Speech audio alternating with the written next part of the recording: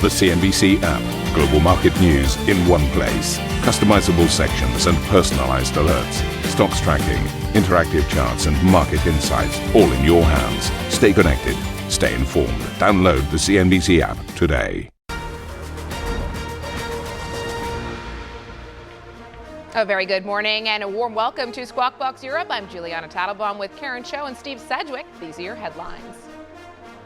President Donald Trump draws his Middle East trip to a close with mega AI deals in Abu Dhabi and Saudi Arabia, but raises eyebrows within his own administration over security concerns.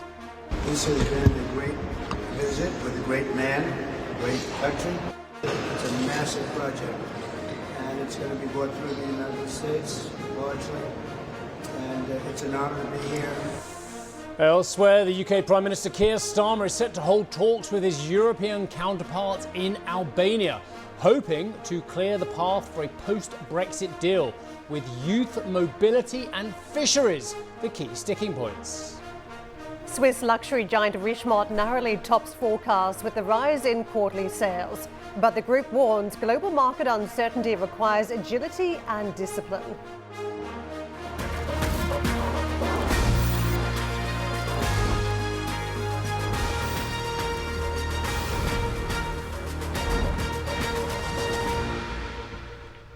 There's no doubt the spotlight has been on the Middle East this week as President Donald Trump continued his tour through the region. But what jumps out is just how entwined foreign policy is to commerce. And as we culminate towards the end of the week, this huge deal around an AI campus in Abu Dhabi. And effectively, we're talking about the UAE. We're talking about our deal here that is really one that was not possible previously because of some of the concerns in the past that the Chinese may have access to some of this technology. And I think that's something that's still going to be a hurdle. Can the Chinese access the technology? They can't get the NVIDIA chips they want on the ground, but can they get it through other partners? And this deal suggests that the Americans believe that it's secure now, that they won't be getting access to the technology. And do you know what? I believe I'm going to win the Euro Millions lottery tonight, 125 million, and that I believe that there are different types of cheese on the planet, on the moon. Because, quite frankly, it's cloud cuckoo land to believe that there will not be diffusion in key technologies globally.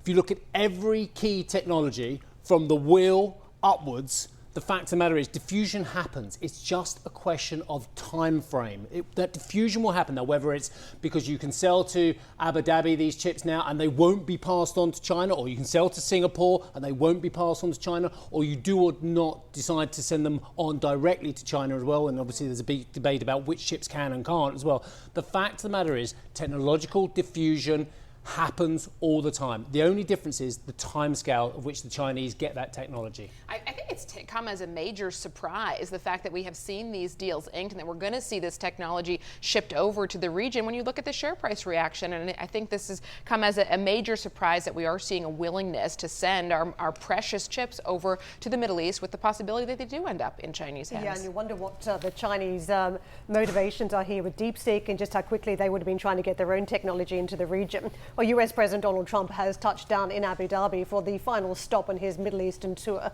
wasting no time to sign further deals.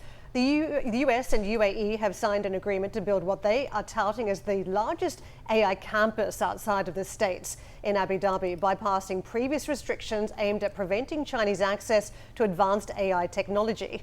The data center will be built by the Emirate firm G42 and will partner with several US firms which have not yet been disclosed. Right, let's get out to Dan, who joins us now and has been following every move from Riyadh to Doha, back to Abu Dhabi. And Dan, it's lovely to see you this morning to kind of encapsulate what we've seen. Look, let me summarise what I've seen and you can tell me that I'm completely wrong or what you think. I think it's been a stunningly successful mission for the president as well. I think you need to squint at some of the numbers and they need a lot of dissecting. They look a little bit inflated, but that's just, how it is with the president. But by and large, I would say it's an extraordinarily successful foreign policy and business trip for the president.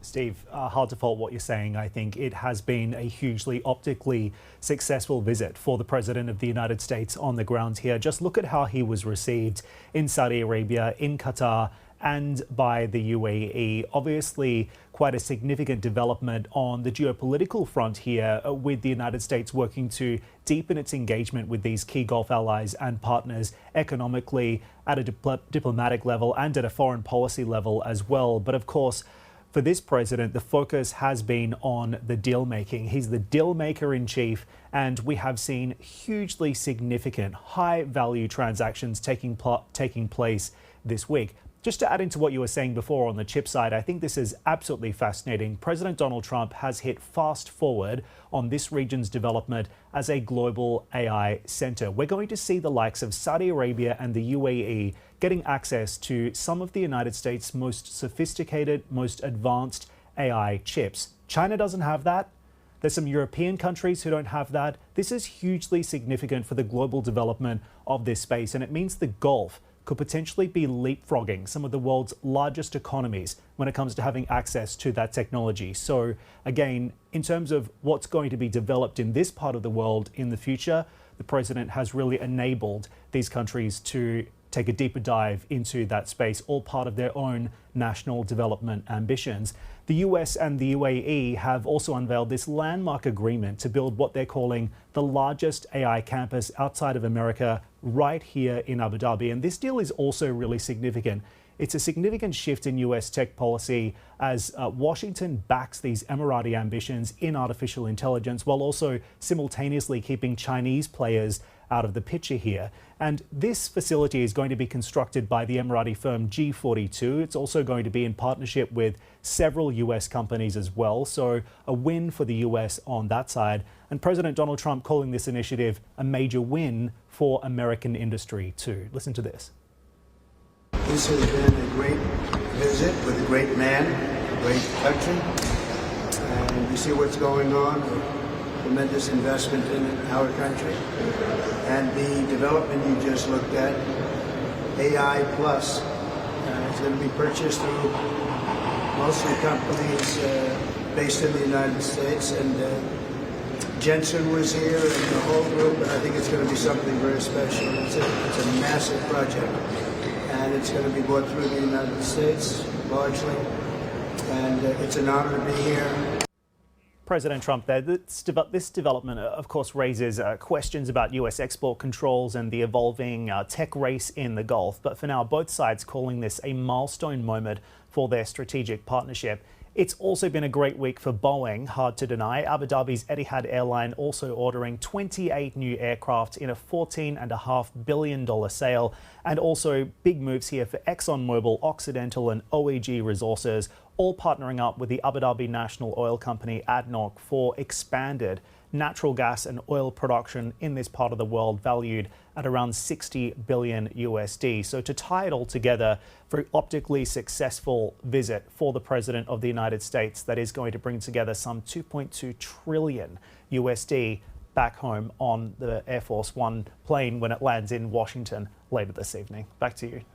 Dan, brilliant coverage all week, all the twists and turns of Trump's tour of the region. Taking it back to markets, yesterday we saw a broadly positive session on Wall Street once again. The Dow Jones adding about 0.6%, the S&P 500 advancing 0.4%. We did see a little bit of a retreat in the tech-heavy NASDAQ, that benchmark dropping nearly 0.2%. That was breaking a 6-day win streak, but generally sentiment was positive, coinciding with the fact that we saw a rally in yields yesterday. Weak U.S. inflation data paired with lower oil prices led market participants to price up the chances of a Fed rate cut. So that playing into the equity market dynamic as well. Overnight, the Asian trade has been fairly mixed. Here's where things stand at the moment in the region. The Hang Seng in Hong Kong down about 0.6%. The Shanghai Composite also trading on the back foot.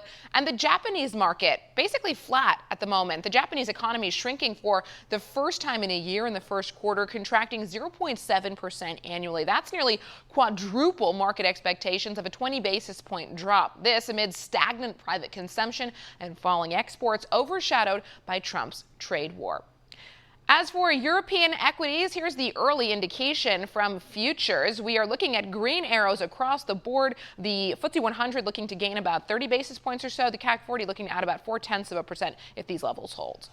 Guests are like children. You shouldn't have favourites, but I do. And one of my favourites is Jeffrey Yu, who is senior macro strategist at BNY. Not, of course, you're a child. I'm the child. You're the expert. Nice to see you, Jeffrey. How are you, sir? Thank you very much, and congratulations on wonderful new digs. Yes, they just need a new central anchor here, then, and they all look swanky. Now, look, we have been through unbelievable turmoil over the last 6 weeks. I personally have enjoyed it, but I'm not an investor and having to advise people. What are you advising people now after what has been an extraordinary roller coaster in which some of the biggest hedge funds have absolutely made a mess of it? Well, it's interesting you say hedge funds there, but if I take a step back and look at our custody clients in particular, slower money, so to speak, real money. If you look at our holdings data, was it a roller coaster? Just one up and down rather than up and down, up and downs. Yes. But asset managers, slow money, they can afford to wait. They can keep. Yeah. Then this is the thing. I've got three groups of investors here. I know that the retail got involved, which full marks to them. They're normally the mug at the top of the market. So brilliant from the retail. We know that the hedge funds are screwed it. Juliana's been doing some great data on that. But did the institution just sit it out, or did they invest? We think, firstly, they did sit out the initial elements. Right now, I wouldn't say they're investing per se, looking at our equities holding data, but they're certainly not liquidating. So there's talk that there's a profit taking coming on right now because of the cessation or the date on. We're not seeing that either, but I think they are risk managing their portfolios, especially in FX. Maybe they're hedging a bit more, hedging out their dollar exposures, but were they really chopping and changing in treasuries and equities? Not really. When it comes to equities, what we've heard, of course, has been this whole pivot towards make Europe great again. A lot of money has moved in that direction around industrials, around defence, and even European banks. Right. Has this been reflected in the data that you're watching as well? So yes, in defence. Defence didn't even really participate in the downturn, so to speak, in April. Autos, surprisingly, have stabilised a bit, and they didn't suffer too much either. And I think that's because of the last 2 or 3 years, European autos has struggled. The big surprise, so not a surprise if you look at the data, but luxury goods, that other sector so important for European exports, that really has struggled and continues to struggle. So there's bifurcation, but the defence theme, the re-rating theme, that looks bulletproof, to be honest. Yeah, well, it's been a series of bad report cards from the sector as well as the macro for the luxury sector. But I want to just move to what's been hot this week, and it's been technology. Semiconductors, for instance, I was looking at the VanEck semiconductor ETF. It's been up more than 10% for the trading week. What is the attractiveness of the sectors like this that have been beaten up but are really sitting at the forefront of the future economy? So again, looking at our data right now, it's the US side in terms of holdings, that's underperformed, I'd say, the non-US elements per se. So APAC Tech, APAC Communication Services, for example, not as solid as European defence throughout this process, but they never really went below their average holdings over the past year, and now they're about 10-15% above as well. So that's holding well. But is it a US versus the rest of the world trade, or is it a global trade? I think, again, there's some rotation, some diversification, but that theme is very much still in place. Speaking to equity investors who are bearish on the long term have pointed me to the 10-year Treasury yield. Indeed, We've seen it moving higher over the course of the week. Yesterday, we saw a rally, seemed to be on the back of weaker inflation data and perhaps also lower oil prices. What is the interplay? How would you describe the interplay between Treasuries and the equity market here? So I'm actually a bit more concerned about the fact that so Treasury investors, based on our data, are not positioned for a snapback in yields, and that could drive risk off. So I look at the European data yesterday, UK GDP, Norwegian GDP, Eurozone GDP, not too bad. Worried about inflation, so that's what the Fed's been highlighting. So we measure short utilization, so how many people are anticipating, that's actually below April levels. So people have been risk off, and there was a jump in, let's say, short utilization, worried about the US Treasury diversification theme, and that's revised. But now looking at things, if data surprises to the upside, including, so especially inflation data, that could be a bit of a shock that market's not positioned for yet. Where do you see the 10-year Treasury potentially going? So right now we're holding this 4.5 and 5 yield, and what we observed, so there actually is demand from cross-border investors along those lines. So our data showed even during the most volatile days during the supposed Treasury sell-off, our international clients were actually buying the plus 10-year part of the curve, because they looked at, well, we're getting, let's say, 20 years at 475 again, euro dollar at 115 rather than parity. So that's actually good value. So, so on the one hand, I'm worried about the volatility issues, but on the other, this talk of people moving away from treasuries, that's premature. Yeah, hold your nose and just hold it for the long term seems to be the feel from a lot of them. Okay, so Bank of America have just put out that European equities are on course for $110 billion year-to-date inflow. That is the largest, big number here, and I'm sorry to mention another bank, the largest since 2015. That's huge. And yet, European equities have been wiped the floor of, i.e. the Americans have wiped the floor of with the European equities this week. Huge gains, moderate gains in Europe as well. How do you feel on that trade? Right, so let's go back to defence, right? So you talk about inflows. Our current holdings are 40%, 40, above the one-year average right now. So that is solid, and even the broader market, I think, is about 20% also. Hence, where is the narrative? So let's see the plans from there. Let's see the investment plans. I think it's now show me the plans, show me the earnings, show me the money kind of a thing. And the marginal news. Will we ever get away from Jerry Maguire? Will we ever get away from Jerry Maguire? But when was the last time Europe had the opportunity to actually say that, when expectations were this solid, or so relative to the US? I think Europe should just grasp that. Let's wait for the plans. Last week's hiccup from Germany, so a bit of a so through a tiny spanner in the works. But I think hedging right now in euros, that's something to watch out for. Otherwise, the earnings translation is an issue. Finally, the other piece to this puzzle is the Fed and what Jay Powell does, because he seems to be reluctant to cut, very much determined to crack down on any further inflation spikes. And that was the message even yesterday, concerned about supply chains. What was your read in it, and how is this going to be a trade for investors? So rather than show me the one, it's show me the data. So there's just no data to support a need for a sudden pivot from their side yet. So we are pretty much in line with a view that he's going to take the data as it goes, irrespective of external aspects. But pivoting back to the Treasury issue, what if actually data starts to surprise to the upside? Again, that's something that we're not priced in for. Higher for longer again? I mean, what's the terminology here? So higher for longer could be justified by the data. That's something no one is positioned for. Jeffrey, lovely to see you. Thank you very much. Guests and reporters waiting in the wings as well, so we'll leave it there. Nice to see you, and we'll look forward to seeing you again soon. Thank you. Jeffrey Yu, Senior Macro Strategist at BNY. Well, the UK Prime Minister Keir Starmer is expected to face pressure from other European leaders on youth mobility and fisheries. EU leaders are set to meet Starmer on the sidelines of today's EPC summit in a final attempt to come to an agreement ahead of the UK-EU summit, potentially at the start of next week in London. Charlotte joins us from Tirana, of all places. Wow. I know you had an interesting journey there, you and your camera operator, Charlotte, but what are you learning? Yes, Steve, but look, we're making it happen. And look, this EPC meeting here, it's a forum that was created back in October 22 for the EU and its neighbours to be able to discuss the key topics for the bloc here. So this time it is in Albania, of course, a country that wants to be part of the EU, that is in the process of it. Actually, the current Prime Minister won his fourth consecutive mandate on the platform of joining the EU by 2030. And we know that the Western Balkans is an area where there's been a strong war of influence between Russia and Europe. So maybe, that can help accelerate the accession of some countries here. And talking of security and the relationship to Russia, of course, President Zelensky is often taking part in this meeting here. So we don't know whether he will attend or whether he will talk remotely to the other European leaders, but certainly he will be able to give an update to the other European leaders on the talks that happened in Turkey as well, and the talks that will be happening today again. And he will be sending his defense minister after President Putin didn't show up for one-on-one meeting. So we'll get an update on this. And finally, as you were just saying in the introduction, Keir Starmer, the UK Prime Minister, will have a chance of meeting on the sidelines of this meeting with some other European leaders ahead of that all-important meeting on Monday in London for the potential reset of the relationship and potential trade deal between the two blocs. You remember the UK hosted this meeting in July last year when Keir Starmer was just Prime Minister, and he wanted to announce his reset. But as you were saying, there are some stumbling blocks, particularly when it comes to youth mobility and fisheries. So we have to wait to see whether they can iron out the final difficulties there and whether they can finally sign a deal on Monday. Lovely. Thank you very much indeed for that. And if the camera operator is listening, I hope it hasn't upset your soon-to-be birthday, my friend, as well, because I know that's coming up within 24 hours.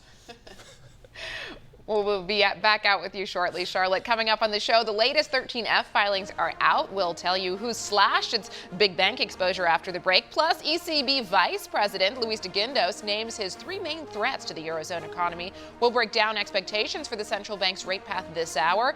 And as Nissan cuts jobs and shuts down plants in the wake of Trump tariffs, we'll get the latest on the auto sector with the Dacia CEO, Denis Leveau. That interview is coming up at 7:30 London time.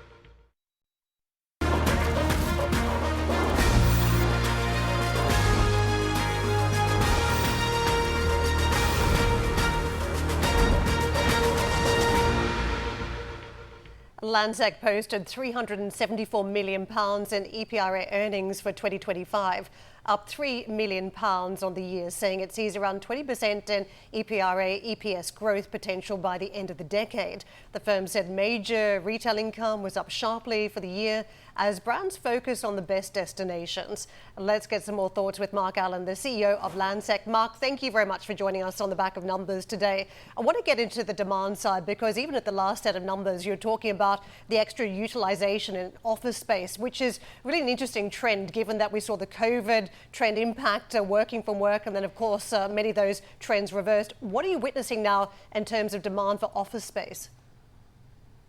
Well, first of all, good morning. I think the office demand story is very much a continuation of what we've seen in recent years. So we track the tap-ins of people visiting all of our offices across our London estate. And if I look at the most recent 3-month period, that was up 11% on the previous year. If I combine that with employers looking for more office space per employee to get more of that collaboration space, breakout space in to attract their workforce into the office on a more frequent basis. That combined leads to quite a significant spike in demand. So we're at 98% occupancy. Our rents in that part of the portfolio were up in excess of 5% on the previous year. And we don't see any sign at all of that trend slowing down. So a very positive demand story on the office side.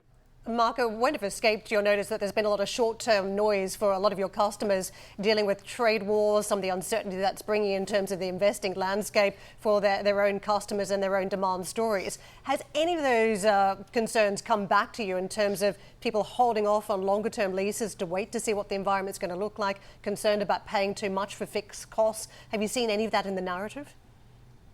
Well, I think that there's two things we need to look at when we're trying to assess the impact of the shifting sands on trade policy.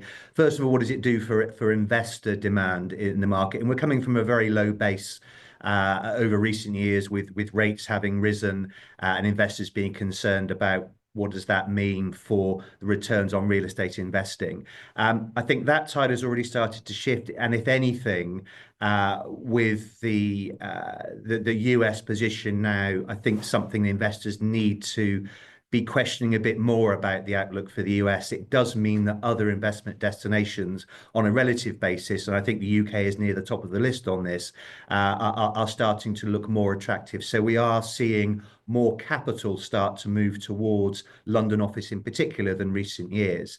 On the occupier demand side, I mean, the UK economy is first and foremost, and London is, at the forefront of this, it is a service-based economy, and the exports are about service-based exports. So we've seen nothing fall over or slow down with respect to occupier demand and potential leasing. I guess I've got to caveat that with if you've got a lot of sort of disruption and uncertainty globally, that will always slow down business decision making to some extent. But I think our market is pretty well insulated given its services focused, and for our occupiers, also quite a domestic focus to it as well.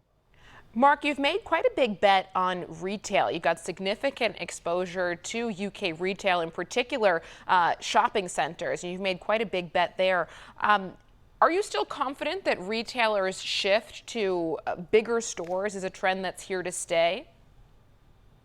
It's the thing that I have the highest degree of confidence in across our portfolio. So we're now at 97% occupied on the retail portfolio. So that's back above the peaks that we achieved pre-COVID. If I look at the leasing deals that we're doing with major occupiers now, those rents are at levels that are about 10% ahead of the existing rent on those stores. So we're seeing growth. And then major retailers, the likes of Next, Inditex, we're seeing them double and in some cases triple the size of their stores within our major destinations. And the reason for that is that in the UK, and I think this is probably unique to the UK, but the top 1% of retail destinations in the UK have access to 30% of all retail spend in store in the UK. So it's a real concentration of spend at the very, very top end. 90% of our portfolio is in that top 1%. And so that's where the consumers are going. That's where the retailers want to be. And it becomes a virtuous circle. Probably the worst acronym I can find in the business, it's up there anyway, Mark, is EPRA NTA per share. But cut long story short, why does your sector and your shares still trade at such a massive discount to the EPRA NTA and the net asset per share?